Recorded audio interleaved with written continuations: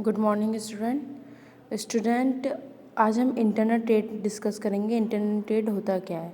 जब भी हम कोई भी गुड परचेज करते हैं within our boundary, geographical boundary, तो वो हमारा इंटरनल ट्रेड होता है।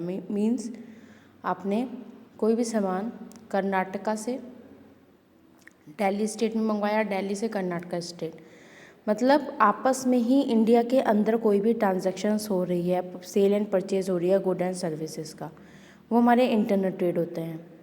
पेमेंट भी जो दिया जाएगा होम कंट्री में दिया जाएगा, करेंसी भी हमारी सेम होगी, रुपए हर जगह चलता है इंडिया में, करेंसी इंडिया की रुपए है। अगर हम यही आउटर स्टेट इंडिया से करने लगे, मतलब फॉरेन कंट्री से करने लगे, तो उनकी करेंसी हमारी करेंसी में चेंजेस है, तो वो क्या हो जाएगा? वो आपका हो जाएगा फॉरेन ट्रेड, एक्सटर्नल ट्रेड, जो आउट ऑफ द बाउंड्रीज होंगी। बट ये विद इन द बाउंड्रीज हैं, तो ये आपका इंटरनल ट्रेड है। टाइप्स जो है इंटरनल ट्रेड के, 2 टाइप्स होते हैं इंटरनल ट्रेड के। First wholesale trade, second retail trade. अब आपको पता है होलसेल मार्केट क्या होता है? वही होलसेल ट्रेड है, जैसे जहाँ पे थोक का बाजार जिसे हम कहते हैं, जहाँ पे सस्ता मिलता है सामान, ठीक है। क्योंकि वहाँ पे ऐसा होता है जो कमीशंस होते हैं हम डायरेक्ट मैन्युफैक्चर से सेल परचेज़ कर लेते हैं गुड्स एंड सर्विसेज, तो हमें जो बीच के कमीशंस होते हैं वो कट हो जाते हैं इसमें। तो इसे हम होलसेल जो एक आपको वैल्यूएबल प्रोडक्ट देगा, किससे? डायरेक्ट मैन्युफैक्चर से या डायरेक्ट रिटेलर से। तो आपको लार्ज क्वांटिटी ऑफ गुड्स मिलेंगे इसमें, लेकिन एक कम प्राइस में, एक अच्छे रीज़नेबल प्राइस में। अब अगर हम सर्विस टू वर्ल्ड मैन्युफैक्चर देखें कि होलसेल ट्रेड कैसा फ़ायदेमंद है मैन्युफैक्चर के लिए, तो फाइनेंशियल असिस्टेंस देता है, मतलब फाइनेंशियल सपोर्ट देता है मैन्युफैक्चरर्स को। एक्सपर्ट एडवाइस होती है इसमें, हेल्प करते हैं मार्केटिंग फंक्शंस में। Storage facility, production continuity facility, large scale production, इसमें हमारा जितने भी प्रोडक्शंस होती है वो भी लार्ज स्केल में होती है, ठीक है। क्योंकि थोक का बाज़ार में चीज़ें हम ज़्यादा कलेक्ट करते हैं, क्योंकि उसे मार्केट में सेल आउट करने के लिए, क्योंकि जितना सस्ते, जहाँ पे हमें रीजनेबल प्राइस में चीज़ें मिलेंगी, कंज्यूमर मोस्टली उसके पास ही जाना चाहेगा, वहीं से परचेज़ करना चाहेगा। तो वो चीज़ें आपकी इसमें आती हैं, इंक्लूड होती हैं होलसेल ट्रेड में। अब सर्विस टू रिटेलर देखें, तो सर्विस टू वर्ड रिटेलर देखें तो अवेलेबिलिटी ऑफ गुड्स, इस तरीके से होलसेलर सपोर्ट करता है, क्योंकि रिटेलर्स को ईजिली गुड्स प्रोवाइड करता रहता है, अवेलेबल करवाता रहता है गुड्स। मार्केटिंग सपोर्ट देता है, स्पेशलाइज नॉलेज, पूरी नॉलेज प्रोवाइड करवाता है किसी भी गुड्स के बारे में। रिस्क शेयरिंग, आपस में रिस्क को शेयर करते हैं। अगर कोई भी गुड, मतलब ज़्यादा सामान अगर मंगवा भी लिया है होलसेलर ने, और कोई सिचुएशन ऐसी क्रिएट हो गई जैसे अभी लॉकडाउन की हुई थी, तो क्या हुआ, होलसेलर मार्केट को ज़्यादा लॉसेस हो रहे थे, लेकिन उन्होंने रिटेलर से डील करके थोड़े थोड़े से गुड्स अपने निकाल लिए, तो उस हिसाब से क्राइसिस में नहीं फंस पाए जितना एक तरीके से हुई थी सिचुएशन। तो इस तरीके से दोनों ही बेनिफिट लेते हैं, सर्विस टू मैन्युफैक्चर और सर्विस टू रिटेलर से होलसेलर को भी सपोर्ट मिलती है, और इन दोनों होलसेलर से इन दोनों को भी सपोर्ट मिलती है, क्योंकि उसमें डायरेक्ट लिंकअप हो जाता है। बीच के जितने भी आपके इंटरमीडिएट्स होते हैं वो सब खत्म हो जाते हैं, इसमें डायरेक्ट आपको सपोर्ट मिलती है फाइनेंशियली। अब उसके बाद आता है second retail trade. Retail trade आपका क्या है? जैसे रिटेल काउंटर, आपके रिटेल शॉप जितनी हो गई, उसमें आपको फाइनल कंज्यूमर्स होते हैं होलसेल ट्रेड में, जब आप सेल करोगे goods, lot of final consumers, retailers buy goods from the wholesaler and sell them to the consumer. पहले वो होलसेलर से गुड्स खरीदेंगे एंड देन कंज्यूमर को बेचेंगे।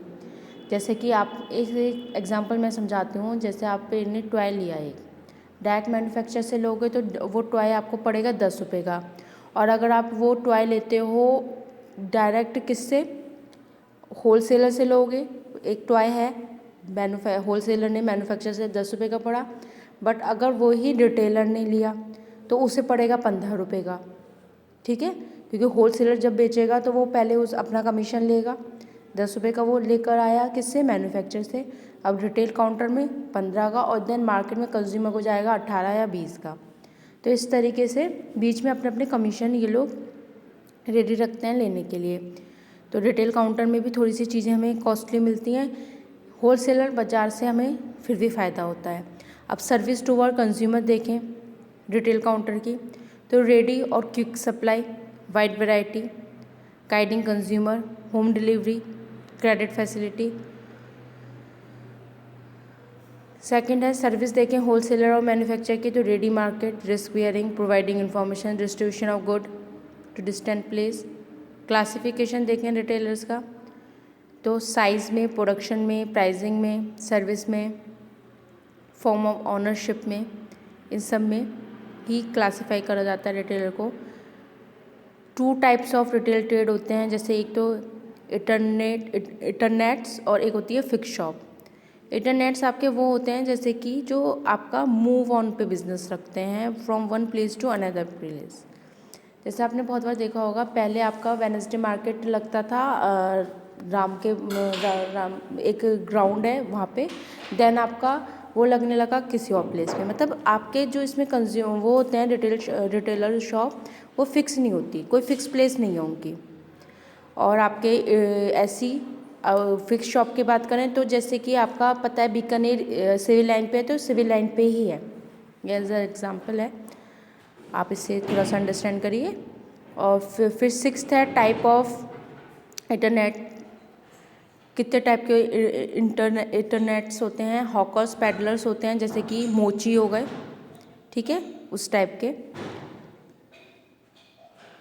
और पीरियोडिक मार्केट ट्रेड हो गई, स्ट्रीट ट्रेड हो गई, जो आपके गली में बेचने आते हैं सामान, ठीक है, वो वाले। और जो आपके सीजनल बेस्ड बिजनेस अपना सेटअप करके, जैसे दिवाली पे आपका बिजनेस चल रहा है, क्रिसमस पे आपका बिजनेस चल रहा है, तो इन सब पे जो आपको गुड्स सेल एंड परचेज करते हैं। कुछ फिक्स रिटेलर होते हैं, उनकी फिक्स शॉप होती है, जो शॉप है वो परमानेंट वहीं पे रहती है। तो इस तरीके से आपका ये टॉपिक मैं यहीं पे कवर कंप्लीट करती हूँ। अगर इसमें कोई प्रॉब्लम होती है तो फिर वो डिस्कस करेंगे हम क्वेरी क्लास में।